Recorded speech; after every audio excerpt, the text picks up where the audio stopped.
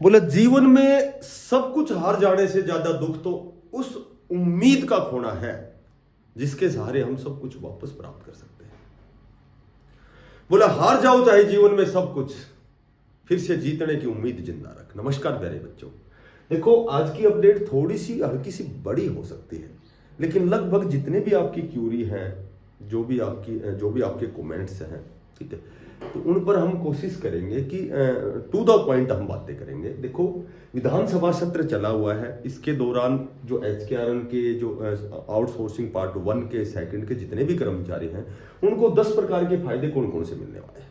और ये देखो जो विधानसभा सत्र चला हुआ है, लगभग 17 मार्च को बजट पेश किया जाएगा, 28 मार्च तक है ये, तो लगभग मार्च में 28 मार्च तक आपको ये जो 10 फायदे हैं ये श्योर एंड सर्टेन मिलने हैं, ठीक है। तो इसी पर हम बिल्कुल संक्षिप्त में चर्चा करेंगे। पूरी वीडियो को आप लास्ट तक देखेंगे। जो साथी नए हैं चैनल को सब्सक्राइब करना, यदि वीडियो अच्छी लगे तो, ये कंडीशन है, ठीक है, यदि वीडियो अच्छी लगे तो आपको बिना पैसे का सब्सक्राइब जरूर करना है, क्योंकि जब भी कोई लेटेस्ट जब अपडेट होती है या फिर जो मेरा अध्ययन होता है, ठीक है, या मेरे पास जो भी अनुभव है उसके आधार पर मैं ये वीडियो आपके लिए बनाता हूँ। अब देखो विधानसभा सत्र के दौरान HKRN पार्ट 1-2 को 10 फायदे क्या होंगे। सबसे पहला जो फायदा है वो जॉब सिक्योरिटी एक्ट का है। देखो सभी को पता है कि जॉब सिक्योरिटी जो एक्ट है ये चूंकि 2024 से ही लागू होना चाहिए था, 15 अगस्त 2024 से ही लागू होना चाहिए था, ठीक है। तो अब इसमें विलंब क्यों हुआ? क्योंकि ये जो विधानसभा में तो ये पारित हो गया था, ठीक है, विधानसभा में तो ये पारित हो गया था, लेकिन इसमें कुछ एक थोड़ी सी त्रुटियां हो गई थी, टेक्निकल खामियां कह सकते हो इनको, कि भाई जैसे पार्ट 1 के जो कर्मचारी थे उनको नहीं शामिल किया गया था। तो पार्ट 1 के कर्मचारी थे, इनको जॉब सिक्योरिटी एक्ट हालांकि बहुत से विभागों में दे दिया गया था, लेकिन कुछ एक विभागों में नहीं दिया गया था, पूर्णतः ये लागू नहीं हुआ था। तो उसका कारण ये था कि पार्ट 1 के जो कर्मचारी उनको शामिल नहीं किया गया था। तो अब इसमें पुनः संशोधन किया गया कि भाई पार्ट 1 के कर्मचारियों को भी इसमें शामिल किया गया। अब ये भी आपको पता है कि भारतीय जो मजदूर संघ की और माननीय CM साहब से और उच्च अधिकारियों से, मुख्य सचिव से जो भी बैठक हुई थी, वार्ता हुई थी, तो उन्होंने कमिटमेंट किया था कि भाई 12 मार्च को लगभग 12 मांगे मान ली गई थी और 12 मार्च तक इनको बिल्कुल अधिसूचित कर दिया जाएगा और ये इनका लाभ जो भी है कर्मचारी जो HKRN में कॉन्ट्रैक्ट बेस के उनको इनका फायदा दे दिया जाएगा। तो कल 11 जो मार्च है उसमें लगभग ये बिल पास हो चुका है, जो भी संशोधन हुआ है, दोबारा से जो अमेंडमेंट हुआ है, तो ये इसको मान लिया गया है कल 11 मार्च को। तो आपको जो भी लगभग सभी विभागों में जॉब सिक्योरिटी एक्ट आपको दे दिया जाएगा।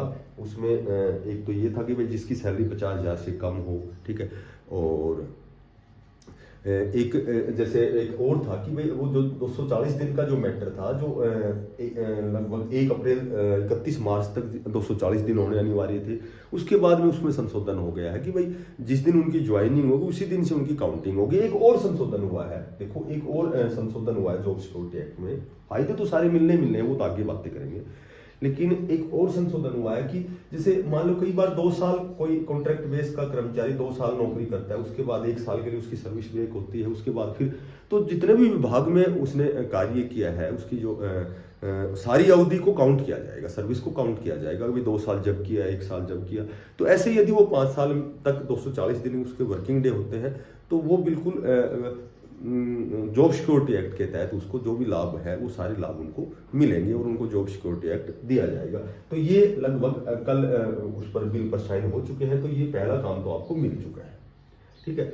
दूसरा है सफाई कर्मचारी। सफाई कर्मचारियों के लिए क्या है कि ये भी संशोधन होगा कि सफाई कर्मचारी जिनकी सैलरी 16,000 रुपए है, ठीक है, तो एक 24/11 को 24 नवंबर को एक लेटर जारी हुआ था और वो लेटर क्या जारी हुआ था कि भाई कि इनकी जो सैलरी है उसमें वृद्धि होगी और इनकी सैलरी 26,000 की जाएगी, ठीक है, तो 26,000 की जाएगी। तो अब यहाँ एक पेज फंसा हुआ था कि भाई यदि इनको सफाई कर्मचारियों को HKRN के तहत पोर्ट किया जाता है तो यहाँ इनकी सैलरी घटती है।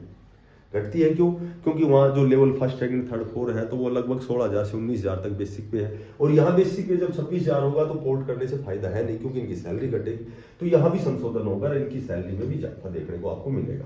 पॉइंट नंबर 3 है चौकीदार। जो शिक्षा विभाग में चौकीदार है, जो 2009 से कार्यरत हैं, जिनकी सैलरी शायद 6,000 के लगभग ही है, तो इनकी सैलरी में भी इजाफा होगा श्योर एंड सर्टेन। ठीक है, इनकी सैलरी भी भाई कम से कम 21,000 से प्लस 24,000 25,000 जो भी होगी, मेरे ख्याल से निर्धारित भी की हुई है कि भाई 24,000 है, कितनी है। ठीक है, इनकी सैलरी शायद 24,000 कुछ ऐसे।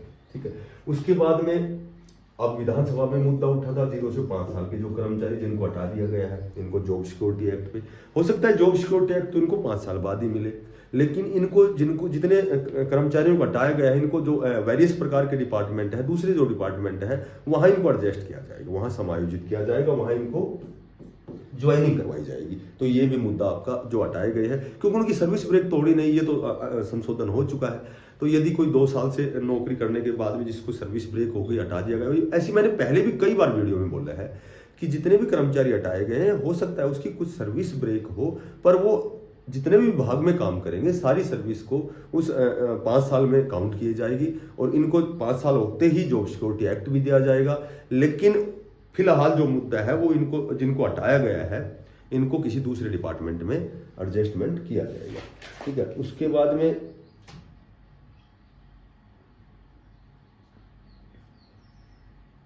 अच्छा, उसके बाद में जो नेक्स्ट पॉइंट है कि जॉब सिक्योरिटी एक्ट में फायदे क्या मिलेंगे। तो जॉब जो सिक्योरिटी एक्ट है, इसमें फायदे क्या है, जितने भी नियमित कर्मचारी हैं उनकी तरह इनकी जो सेवा है, सुरक्षा है, वो 58 साल की जाएगी। एक तो यही बेनिफिट है, प्लस इनका जो डीए है, केवल डीए में ये है कि डीए जो है इनका 0% रहेगा। जो डीएनएस अलाउंस जो महंगाई भत्ता है, हालांकि साल में 2 बार इनका डीए बढ़ेगा, जनवरी और जुलाई में 6-6 महीने बाद में जो भी महंगाई भत्ता होता है वो बढ़ाया जाता है, सरकारी कर्मचारी हो, और इनका HKRN के तहत जो लगे हुए इनका भी डीए बढ़ाया जाएगा। और वही सारी बाकी वही सालाना इंक्रीमेंट होगा, बेसिक पे में सालाना इंक्रीमेंट होगा, वो 5-10%, 10, 5, 10, 15, 5-8 साल तक के तो 5 साल की जो इंक्रीमेंट है, 8 से 10 साल वाले का 10% इंक्रीमेंट है, 10 साल से जो अपर जिसकी सर्विस हो गई उसको 15% उनका जो सालाना जो बेसिक पे है वो इंक्रीज किया जाएगा, उसमें वृद्धि होगी। उसके बाद में अच्छा, 1 लाख ऐसे कर्मचारी हैं जो बोर्डों में, निगमों में जो काम कर रहे हैं, किसी भी डिपार्टमेंट में काम कर रहे हैं, जिनकी सैलरी 21,000 से कम है, जिनकी सैलरी 21,000 से कम है, तो उनको क्या किया जाएगा, जिनकी सैलरी 21,000 से कम है उनको बोनस दिया जाएगा। तो ऐसे 1 लाख कर्मचारी हैं, तो ये घोषणा भी आपकी प्रॉपर तरीके से विधानसभा सत्र के दौरान होगी, तो उनको भी 3 साल का बोनस दिया जाएगा। ठीक है, 6,000 जो जलकर्मी है, 6,000 जो जलकर्मी इनका वेतन बढ़ाया जाएगा। 6,000 जो जलकर्मी जो 12 मांगे जो मानी गई थी जब वो बैठक में, तो उस समय भी सबसे पहला पॉइंट ये था कि जो भी 6,000 जलकर्मी जो कार्य करते हैं उनका वेतन बढ़ाया जाएगा, बकाया जो वेतन रह रहा है उनको वेतन उनको दिया जाएगा। उसके बाद में एक पॉइंट ये बनता है कि भाई चीनी मिल में जो काम करने वाले लगभग 1200 ऐसे कर्मचारी जिनको 7वें पे कमीशन का कुछ एरियर बचा हुआ है, तो उनको भी एरियर दिया जाएगा। और जो लास्ट 10वां है कि भाई 103 पदों पर जो HKRN के जो इन्होंने फॉर्म भरे हुए हैं, तो उन पर भी चर्चा होगी, और उनके भी शॉर्ट लिस्ट के मैसेज आपको मार्च में देखने को मिलेगा। लगभग 31 मार्च तक इनमें भी बहुत से विभागों में इनकी ज्वाइनिंग प्रक्रिया प्रारंभ हो जाएगी। तो आज की यही अपडेट थी। जो साथी नए हैं, जो तैयारी करते हैं, ठीक है, जो बच्चे तैयारी करते, और तैयारी तो देखो करना चाहिए कि ये जो HKRN में है, तो कहीं न कहीं इसमें बहुत इतनी मोटी सैलरी नहीं मिलती कि हम इससे अपने सारे काम एज इट इज कर सकें।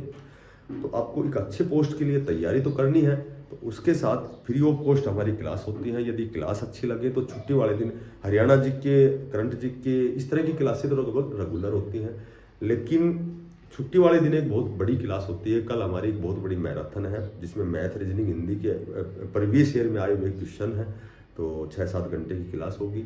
सभी साथी सादर आमंत्रित हैं। बिना पैसे का सब्सक्राइब जरूर करना, क्लास को ज़्यादा से ज़्यादा शेयर करना, और फिर मिलते हैं किसी नई अपडेट के साथ। तब तक के लिए सभी साथियों को बेस्ट ऑफ लक। धन्यवाद। राम राम।